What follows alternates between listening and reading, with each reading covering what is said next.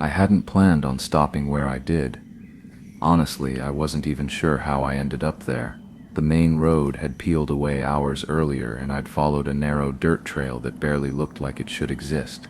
No signs, no markers, just a gap in the tree line that looked like it had forgotten it was supposed to stay hidden. Something about it felt right at the time, or maybe it just felt isolated enough. I remember turning off the engine and just sitting there for a minute, staring into the woods like they were sizing me up. There wasn't even a breeze at first, just that weird dead kind of quiet where even the birds can't be bothered. I told myself I was overthinking it, like I always do, but it didn't stop that creeping sense that maybe I shouldn't be there. Still, I got out, grabbed my gear, and set up the tent anyway. The trees were packed in close, and the ground was uneven. There was this moss covering everything, like the place had been undisturbed for a long time. That should have been comforting, but it wasn't. It felt untouched in the wrong way, like it had been skipped over on purpose. I couldn't shake the feeling I was being watched. Nothing dramatic, no footsteps, no movement, just this tension, like something was holding its breath. I kept looking over my shoulder, telling myself I was just tired from the drive, maybe dehydrated, maybe just jumpy from being alone too long. But deep down, I think I knew. That place didn't feel forgotten. It felt like it was waiting. The sun had dipped behind the ridgeline faster than I expected, and night came down heavy. I was just sitting there, nursing the kind of silence you only get that deep in the woods, watching the fire crackle like it was the only real thing left in the world. I remember thinking how thick the darkness was out there, how the trees seemed to press in a little tighter once the light faded. It felt like I was in a pocket, cut off from everything. Then I heard it. Just one footstep at first, then another, not rushed, not cautious either, just deliberate, leaves crunching under a slow, dragging kind of stride. I froze.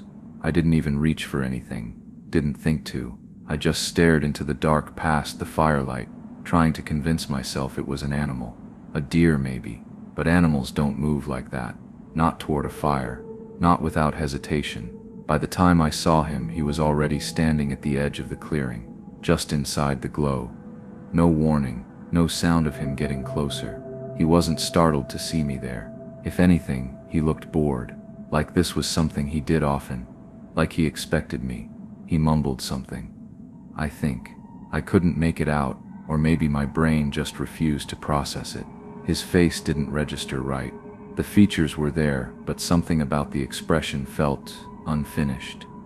He didn't smile, didn't nod, just stood there, staring like I was some question he didn't quite know the answer to. Then, as suddenly as he'd come, he turned and walked back into the dark. No glance back, no rush, just gone. And I didn't sleep a second that night. I was still wide awake when I heard it again, somewhere between a rustle and a low scrape. My body just kind of locked up. You know how animals freeze when they hear something they don't understand? That was me. I was sitting up in my sleeping bag, barely breathing. For a moment I thought maybe I'd imagined it, until another crunch came, and this one was closer. At first I figured it had to be some animal nosing around, maybe a raccoon or a bear if I was unlucky. But then he stepped out into the firelight again. Same guy, same worn backpack slung over his shoulder like it weighed nothing. But this time he looked different. He wasn't just quiet, he looked hollowed out. His face was pale and damp, like he'd been running, but he wasn't sweating, just breathing heavy, like every breath hurt. His eyes weren't focused on me, they were on the trees behind me, or maybe through them. I turned to look, half expecting something to burst out from the shadows, but nothing ever came. He didn't say a word this time, just stood there slightly hunched, like his spine had started to fold in on itself. I don't know how long we sat in that weird tension, but it felt endless. Eventually, he backed away again, still watching the trees until he was swallowed up by the dark. I didn't know what to do. I didn't want to follow him. I didn't want to stay either. But something about the way he kept staring at those trees made me feel like whatever had scared him wasn't done yet. And I still can't shake the feeling that he wasn't looking at the forest. He was watching something coming through it. I don't even remember how he reappeared the next time. I must have blinked and there he was again, just standing off to the side like he'd never left. No footsteps, no warning, just that same dead weight in the air. He didn't sit, didn't really move either, just stared. It was the way he watched me that started to wear me down. Not curious, not friendly, like he was waiting for me to slip up, like he already had some idea in his head and was watching to see if I'd confirm it. He started asking things, quiet, drawn-out questions that didn't make much sense, at least not to me. Stuff like, "Are you really the only one here? And how long's it been since you got in?" I kept trying to answer, but it felt like nothing I said satisfied him. His eyes kept drifting toward the trees, or sometimes over my shoulder, like he was expecting someone to walk up behind me. I remember how cold my spine went when I realized he wasn't really looking at me. He was looking around me, and the way he phrased things, it was off. Not wrong exactly, but just off. Like he didn't trust what he was seeing. Like he thought I was hiding something, or someone. I started to get that tight feeling in my chest. That silent panic when you realize the conversation isn't really about the words anymore. He kept rubbing the back of his neck like it hurt, like something was crawling up his skin, and I just sat there, nodding, pretending I understood what was happening. But deep down I didn't. I didn't know what the hell he thought he saw. I still don't. There was a pause, one of those strange, stretched-out silences where even the fire seems to dim. He stopped talking mid-sentence. Or maybe he never finished what he was trying to say, just froze, mouth slightly open, eyes locked on something behind me, not around me, not past me, behind me. I didn't dare turn around. I don't know why. Maybe it was instinct. Maybe it was fear that if I acknowledged it, something would change. But the way his face shifted, it wasn't fear exactly. It was more like recognition. Like he saw something he'd seen before and had hoped he'd never see again. And I swear the air changed. I know how that sounds, but it got dense, thick in my throat. The fire crackled once, loud and sharp, like it had forgotten it was supposed to be comforting. And still he didn't move, just kept staring past me like he couldn't believe what he was seeing. No words, no warning. Then suddenly he turned and sprinted into the dark. Didn't say a word, no goodbye, no explanation. Just took off like whatever he saw was about to pull both of us under. And the woods swallowed him. I sat there a long time after that, too scared to move, too frozen to call after him. The worst part? I didn't feel alone, not after that. It was like something had shifted between the trees, like maybe it had been watching him, or maybe it had been watching me, and he just happened to see it first. I think about the look on his face right before he bolted. It wasn't confusion, it wasn't panic, it was something closer to pity, and I don't know what to do with that. I broke camp before the sun had even cracked the edge of the ridge. I didn't bother with breakfast, didn't even pack properly, just stuffed everything into my bag with shaky hands and kept glancing over my shoulder like I expected him to come stumbling out of the dark again. But he didn't. Nothing did, and maybe that's what made it worse. The trail out should have taken me an hour, 2 at most, but every step felt heavy, like the forest was dragging its feet with me. I kept telling myself to focus on the path, to just keep moving, but my ears wouldn't stop reaching out. Every twig snap made me flinch. Every rustle felt a little too slow, a little too intentional, and I know how this sounds. I do, but I could hear breathing, not always. Just enough to make me question whether it was real. Shallow, uneven exhales, just off to my left sometimes, then on the right, like it was keeping pace. I stopped at one point, held my breath, tried to listen, nothing. But that silence was the worst of it. It wasn't the peaceful kind. It was the kind that feels full, loaded, like something is waiting. I told myself it was all in my head. The woods do that. They echo weird. Animals move in ways that mess with your sense of direction. But that didn't explain why I felt watched. Not just watched, followed. The kind of followed where you don't want to turn around because you're afraid something will be looking right back at you. It didn't feel like I was just walking out of the woods. It felt like something was walking me out, letting me leave, and that's what kept me moving. It was maybe 30 minutes from the trailhead when I spotted it.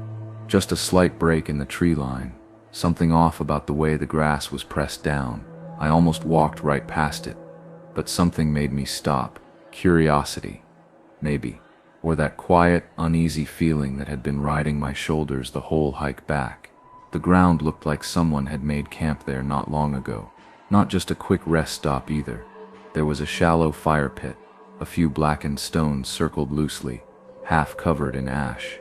A crumpled tarp lay off to one side like it had been dragged or dropped in a hurry, and hanging from a low branch was what looked like part of a jacket sleeve thermal material, torn clean down one side like it caught on something. It wasn't old, but it wasn't fresh either. A few days, maybe? Less? Long enough for the grass to start standing back up, short enough that I could still feel the heat of someone else's fear lingering around the edges. Whoever was out here didn't leave on their own time. That's how it felt, like something pushed them out, hard and fast. I stood there longer than I should have, trying to piece together what might have happened. I don't know what I was looking for. Clues? A reason? I didn't find one. Just more questions. The same kind I'd been asking myself since the first night. I never saw another person the rest of the way out. No other camps. No rangers. Nothing. But that patch of ground, whatever happened there, it didn't feel like the end of something. It felt like I was brushing up against the edge of something I was never supposed to notice. And I still think about it. So, there I was, stuck in my apartment late at night, staring at this mountain of reports I'd been dodging for weeks. You know how it is. Procrastination builds up like some weight on your chest, and suddenly you're crushed under it with zero time left. Deadlines were closing in faster than I wanted to admit, and no matter how much I told myself I'd start earlier, tonight was the night I had to pull an all-nighter. No excuses. I kept telling myself, just one more hour, and then one more. But deep down I already felt it, that creeping exhaustion that sneaks up and steals your focus piece by piece. It was like my brain was warning me. You're pushing too hard, you're going to pay for this. Still, I couldn't stop. The pressure was too real. Everything I'd ignored all week had piled up, and now I was trapped in this cycle of forcing myself to stay awake while the clock ticked louder than ever. The apartment was quiet, the kind of quiet that makes every creak and sigh of the building sound louder, like the walls themselves were awake and watching. I kept sipping water, pacing between the desk and the couch, trying to keep the energy going, but it wasn't working. Fatigue settled in, wrapping around me like a thick fog. And that's when I started to wonder, was it just tiredness messing with me, or was there something else about to happen in this dead of night silence? I didn't know it yet, but the night was about to get a lot darker than just the absence of sunlight. I brewed this ridiculously strong cup of coffee, probably way too much caffeine for one night, but I figured I needed every bit of it to make it through. I took it upstairs to my cramped little office, shut the door, and tried to seal myself off from the rest of the world. That door wasn't just a piece of wood, it was my barrier against distractions, noise, everything that might pull me away from finishing those reports. For a while, it actually worked. I sat there, coffee in hand, head down, typing away and making some decent progress. There's something about that first burst of caffeine when it hits your system, like your brain is waking up from a fog, sharpening just enough to focus. I told myself I could ride this wave and get everything done. But as the cup emptied, the energy started slipping away faster than I expected. The edges of my vision blurred a little, my fingers slowed, and that nagging tiredness returned, creeping in like a shadow across the room. It wasn't just physical exhaustion anymore. It was like my brain was signaling it was time to stop, that I was pushing too far. I glanced at the empty mug and felt that familiar sinking feeling. What now? I thought maybe I just needed to stretch, clear my head for a second. But even as I stood up, the fatigue weighed me down, like trying to move through water. That's when I noticed the house felt colder than before, and I realized maybe this night was about to get even harder than just fighting off tiredness. I figured the best way to reset was to get up and make another cup of coffee. Just a quick break, stretch my legs, breathe some fresh air from the kitchen, then get right back to work. But the moment I stepped out of my office and into the living room, this weird, unnatural cold hit me. It wasn't the usual kind of chilly. It was like a cold breath sneaking through the house, crawling over my skin in a way that made me tense up without even realizing it at first. I rubbed my arms, thinking maybe the heat had just stopped working, or maybe the draft was coming from an open door somewhere. I shuffled over to the thermostat, half expecting it to be off or broken. Nope, the heat was on, humming quietly, but the temperature was way lower than it should have been. That made no sense. The house had always felt warm enough, especially in the winter, but now it was like the warmth had been sucked out, replaced with this creeping cold that felt almost deliberate. I started scanning the room, looking for an open window or a door I'd forgotten about. That's when I spotted it. A window in the back of the living room, wide open, letting in a cold night breeze that shouldn't have been there. My mind jumped. Did I leave it open? I'm usually pretty careful about that stuff, especially at night. And even if I did open it, why was it so wide open, like someone had been fiddling with it? Suddenly, it didn't feel like just a cold draft anymore. Something about it felt wrong, like a warning I didn't want to hear. That window, I couldn't shake how wrong it felt. There it was, wide open at the back of the living room, letting in that cold breeze like an invitation. I kept thinking about how I usually leave windows cracked open just a bit during the day. But this was different, completely wide open, like someone had thrown it open on purpose. Instantly, my mind went to the worst place. What if someone had been inside? What if they'd slipped in through that window while I was distracted, or worse, while I was upstairs? The thought alone made my stomach tighten. I walked over, took a deep breath, and looked outside, hoping for any sign, footprints in the dirt, broken branches, anything that would confirm my fears, or better yet, prove they were nonsense. But the ground was clean. No footprints, no disturbed dirt, nothing that said someone had been there. No marks on the windowsill like you'd expect if someone had climbed in. Still, something didn't sit right. It felt like my brain was arguing with itself, trying to convince me that I was just overthinking. I told myself maybe I'd opened it earlier and forgot to close it properly. Maybe I was just tired and jumpy. But the cold lingered in the room long after I shut the window. I grabbed my fresh cup of coffee and headed back upstairs, but my mind was restless. I kept replaying the scene in my head, questioning every little detail, wondering if I was missing something obvious or if I was just setting myself up for paranoia. I didn't want to think about it too much, but the unease was already growing. I was back at my desk, trying to focus, sipping on my fresh coffee, when suddenly the lights flickered. Just a quick pulse, like the house was catching its breath. I didn't think much of it at first. Power glitches happen, right? But then my phone died, like someone had flipped a switch. One moment it was buzzing with notifications, the next it was dead silent and black. The sudden darkness slammed into me like a punch to the gut. No glow from the screen, no comforting hum of the lights, just silence and shadows. I remember my heart started pounding. The kind of pounding where your chest feels tight and your mind races with all the things that could go wrong. No way to call for help. No way to check if someone was outside or even watching. Just me, in that tiny office, cut off from everything. I tried to shake it off, telling myself it was probably just a minor power glitch or a dead battery on my phone, something simple. But the timing? Right after noticing the open window, right after feeling that cold creeping through the house, it didn't sit right. I couldn't stop my thoughts from spiraling.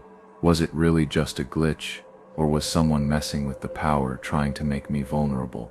The worst part was I had no answers. Just that eerie blackout, that suffocating silence, and the creeping feeling that maybe, just maybe, I wasn't as alone as I thought. Then, out of nowhere, this loud thump exploded behind me. Sharp and sudden, like something heavy had slammed against the wall right beside my desk. The sound cut through my exhaustion like a knife. I jerked upright, heart hammering in my chest. For a few long seconds I couldn't move. I just sat there, frozen, breath shallow, listening. I told myself it was nothing, maybe just something falling from a shelf or a pipe rattling in the walls, but it didn't feel like that. It felt deliberate. I finally forced myself to move. Step by cautious step, I left the office and crept down the hallway toward the adjacent bedroom, my ears straining for any noise. The room was completely still, eerily still. Nothing was out of place. The bed was neatly made, No furniture shifted, no cracked window or swinging door, just a heavy silence pressing in on every side.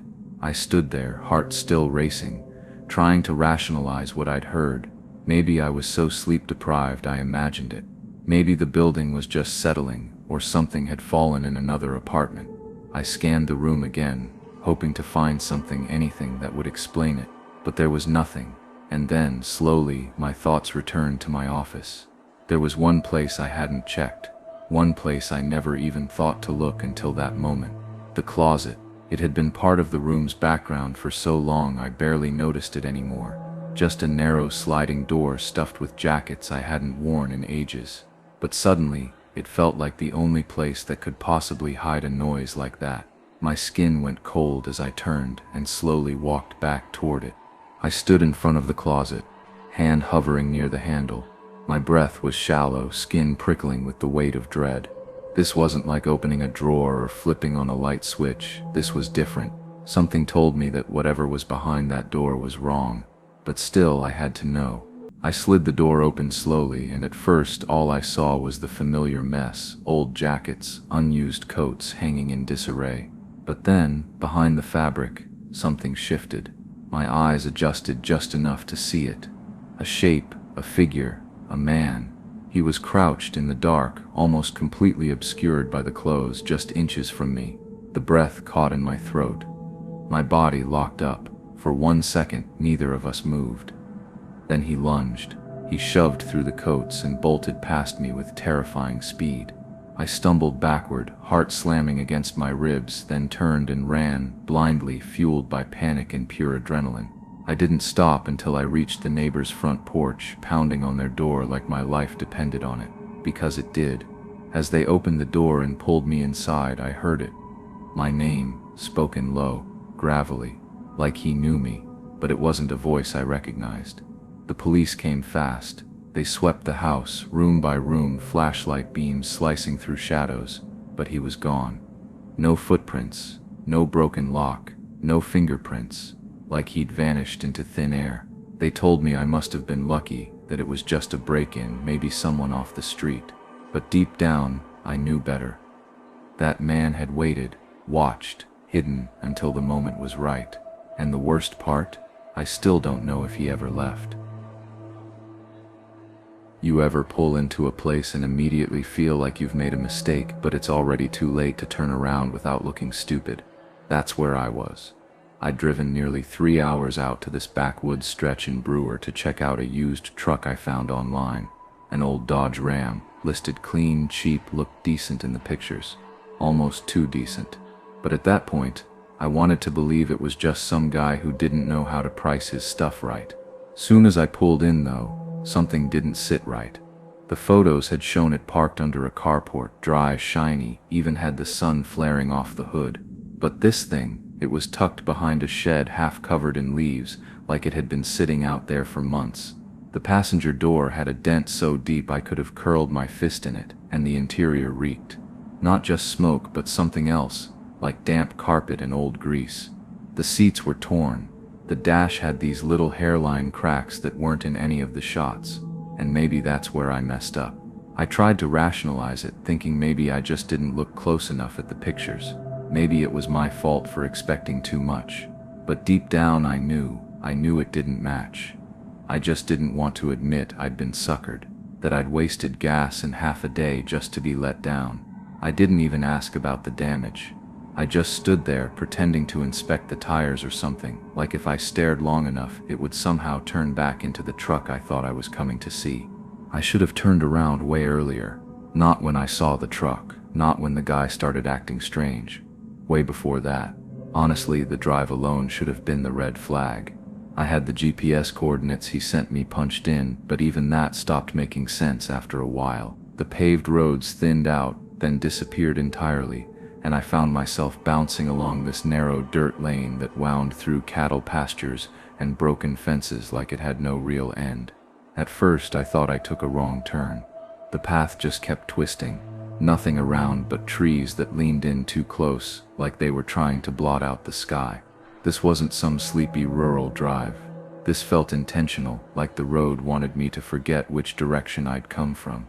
There were no markers, no house numbers, not even a rusted mailbox to let me know I was still on someone's property. Just this trail carved into overgrowth, and the deeper I went, the more the world seemed to hush. No birds, no wind. Even the sound of my tires crunching gravel started to feel swallowed up, like I was driving through a space that didn't want noise. And I kept thinking, who lives this far out? Like, why would someone make it this hard to find them unless they wanted it that way? I kept glancing at my signal, one bar then none. Part of me thought about backing out, but the lane was too narrow to turn around, and reversing all the way back wasn't gonna happen without scraping my bumper on something. So I kept going, because by then it felt like the road had already decided I wasn't leaving that easily. It didn't hit all at once. It was more like a slow crawl under the skin. The guy, Doug, at least that's what he told me, was already standing outside when I pulled in. No wave, no smile, just standing there by the truck like he'd been waiting too long. At first I chalked it up to awkwardness. Maybe he wasn't a people person. God knows I've met my share of those out in the sticks. But then he wouldn't stop moving, shifting his weight from foot to foot, rubbing his palms on his jeans, looking everywhere but at me. His eyes kept darting, not around the truck, not at the engine or tires out toward the tree line, like he was waiting for someone, or checking that someone wasn't there. The way he kept glancing like that, it didn't feel casual. It felt like a countdown. He kept asking these weirdly specific questions too, stuff that had nothing to do with the truck. Where I worked, what time I usually started, if I lived nearby, if anyone was expecting me that night. He said it all like he was just making conversation, but something about it felt rehearsed, like he wasn't asking because he cared. He was asking because he needed to know. I tried to play it cool, laughed off a couple of his questions, told myself I was just being paranoid, but deep down that buzzing started, this low crawling itch in the back of my head that wouldn't go away. I remember nodding along while he talked, pretending to inspect the front grille, but really I was trying to keep my breathing steady, because whatever was happening here, it wasn't just a truck sale. I knew that much. I just didn't want to know how far off it really was. By the time I hit the main road again, I was trying to convince myself it was over. I'd wasted a tank of gas in a few hours. Yeah, but that was it. No harm done. I told myself that so many times I started to believe it. But then I saw the truck. It showed up maybe 10 minutes after I left the property. Dark-colored Ford, older model, beat-up body, no plates. Just appeared behind me like it had been waiting for me to stop looking. At first, I figured it was just a coincidence. Someone else heading into town, but it didn't pass. Didn't hang back either. It stayed right there, a few car lengths behind me.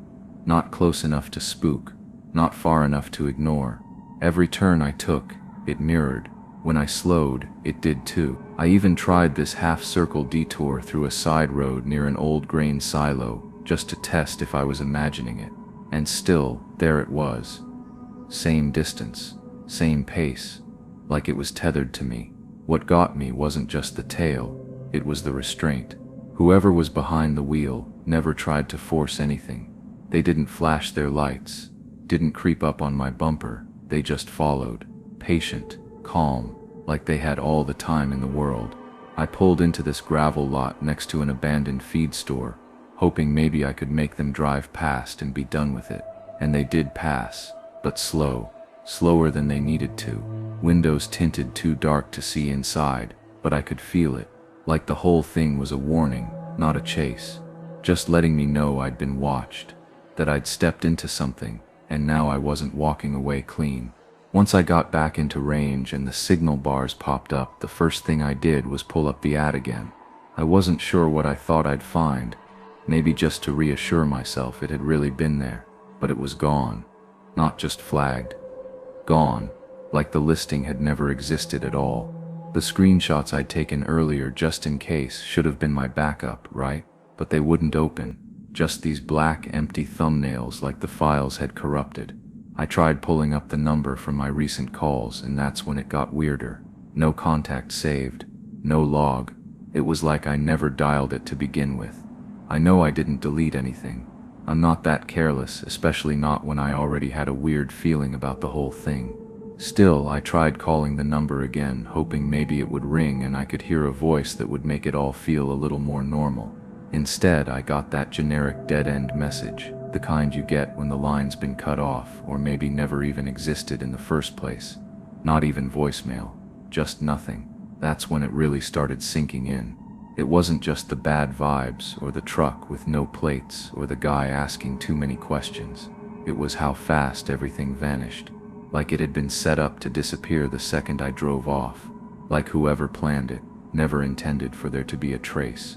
That's what stuck with me. That level of detail, that kind of clean erasure. That's not something you pull off last minute. That's something you build. And the more I thought about it, the more I started to wonder if I'd ever actually had a choice in how any of this played out. I thought maybe I was just imagining things when that text popped up. It was from some random number I didn't recognize. Nothing like the one from the truck ad. It wasn't even about trucks, at least not at first glance. But there was this weird familiarity in the tone, like I'd heard the exact same phrasing somewhere before. Casual, clipped, like whoever sent it was following some kind of script. I hadn't messaged anyone else. I hadn't put up any new posts or tried to find another ride. So where did they get my number? More than that, why send me something that clearly wasn't meant for me? Or at least, that's what I thought at first. The message wasn't about selling or buying, not directly. It was more like a check-in, testing the waters, seeing if I'd respond, if I'd reveal something. That's when it dawned on me. I wasn't the one hunting anymore. I was the one being hunted. I wasn't the buyer looking for a truck. I was the mark on their list. They weren't just tracking ads or keeping tabs on the market. They were tracking me, watching to see if I'd bite again, if I'd fall back into their trap.